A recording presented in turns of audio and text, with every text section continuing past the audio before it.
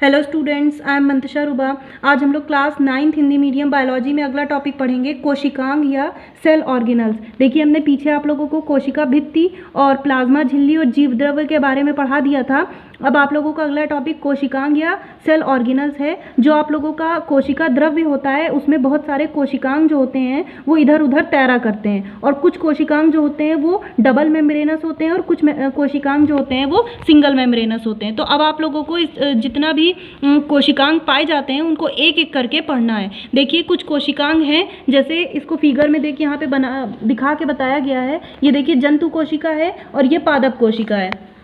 जंतु कोशिका और पादप कोशिका में बहुत सारे कोशिकांग होते हैं। देखिए, जैसे कि आपका endoplasmic reticulum, Golgi body, plasma झिल्ली, ताराकेंद्र, लाइसोसोम, राइबोसोम, माइटोकॉन्ड्रिया, कोशिका द्रव्य, और इसमें आप लोगों को पादप में भी इसी तरह बहुत सारे कोशिकांग हैं। तो इन सारे कोशिकांग को आप लोगों को एक एक करके पढ़ना है कि उन कोशिकांग का संरचना क्या होती है और उनका कार्य क्या होता है। तो पहला कोशिकांग आप लोगों का है केंद्रक। देखिए, केंद्रक जो होता है इसको हम लोग कहते हैं, ये देखिए केंद्रक जो है, नाम से आप लोगों को लग रहा है केंद्रक मतलब केंद्र में होने वाला। तो कोशिका के बीचों बीच में ये प्रेजेंट होता है। इसको इंग्लिश में हम लोग न्यूक्लियस कहते हैं, और ये बिल्कुल बीचों बीच में सेंटर में होता है। इसीलिए केंद्रक जो होता है वो कोशिका की सभी कार्यों को नियंत्रित करता है। इसीलिए इसको हम लोग कहते हैं ब्रेन ऑफ द सेल या control unit of the cell.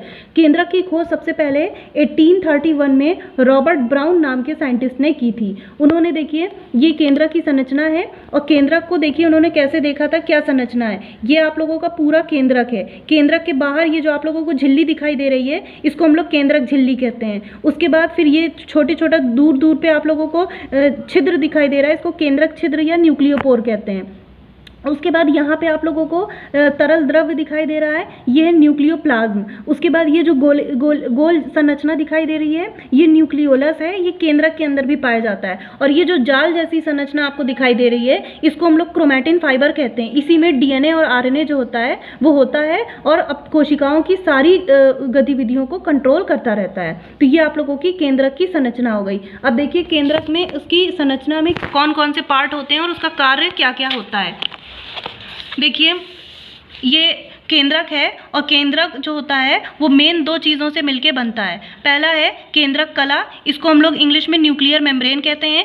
केंद्रक के चारों तरफ जो झिल्ली होती है उसी को हम लोग केंद्रक कला या न्यूक्लियर मेम्ब्रेन कहते हैं। दो झिल्ली के बीच में जो खाली जगह होती है उसे हम लोग परिकेंद्रीय अवकाश या पेरी न्यूक्लियर स्पेस कहते हैं, जो लगभग 75 एंगस्ट्रॉम मोटा होता है। उसके बाद केंद्रक कला के अंदर जो तरल द्रव्य भरा होता है उसे केंद्रक द्रव्य या केंद्रक रस कहते हैं, जिसे इंग्लिश में न्यूक्लियोप्लाज्म, कैरियोप्लाज्म या कैरोलिम्फ कहते हैं। तो इस तरह ये आप लोगों का पहला पार्ट है, जो केंद्रक के चारों तरफ झिल्ली पाई जाती है उसी को हम लोग केंद्रक कला या न्यूक्लियर मेम्ब्रेन कहते हैं। आगे देखिए, उसके बाद दूसरा है गुणसूत्र या क्रोमोसोम। अभी पीछे आप लोगों ने फिगर में देखा जो केंद्रक के अंदर जाल जैसी संरचना दिखाई दे रही थी उलझे हुए धागे की तरह, उसको हम लोग गुणसूत्र या क्रोमोसोम कहते हैं। ये गुणसूत्र जो हैं जब कोशिका विभाजित होती है तो टूट के ये धागा जो है वो टूट के गुणसूत्र में कन्वर्ट हो जाता है, और ये आनुवांशिक लक्षणों का वाहक होता है। मतलब एक पीढ़ी से दूसरी पीढ़ी में लक्षणों को ले जाता है, और इसी वजह से इसको आनुवांशिक वाहक कहते हैं या हेरिडिटी मटेरियल कहते हैं। अब देखिए, ये जो गुणसूत्र होता है या क्रोमोसोम होता है ये डीएनए से मिलके बना होता है। मतलब डीएनए जो होता है वो आप लोगों का सुपर क्वाइल्ड हो जाता है, और उसी सुपर क्वाइलिंग से आपका वो गुणसूत्र या क्रोमोसोम बनता है। उसके बाद देखिए नेक्स्ट है आप लोगों का केंद्रक के कार्य।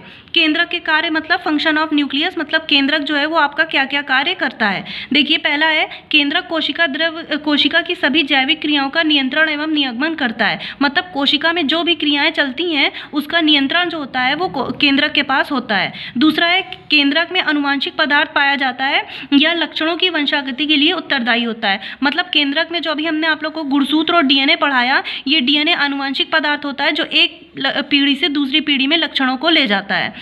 उसके बाद केंद्रक कोशिका द्रव्य के लिए कोशिका विभाजन के लिए उत्तरदायी होता है, जिसमें जीवधारी के शरीर में वृद्धि होती है। अगर केंद्रक ना होता तो कोशिका विभाजन ना होता, और अगर कोशिका विभाजन ना होता तो किसी भी जीवधारी की वृद्धि या ग्रोथ नहीं हो सकती। तो इस वजह से केंद्रक जो होता है वो कोशिका विभाजन में भी या सेल डिवीजन में भी हेल्प करता है। तो इस तरह आप लोगों का इस तरह आप लोगों का पहला सेल ऑर्गेनल केंद्रक जो है वो कंप्लीट हो गया। अब आप लोगों को इसको कॉपी में लिखना है और फिगर बनाना है। अगला सेल ऑर्गेनल हम आप लोगों को अगले वीडियो में पढ़ाएंगे। Thank you.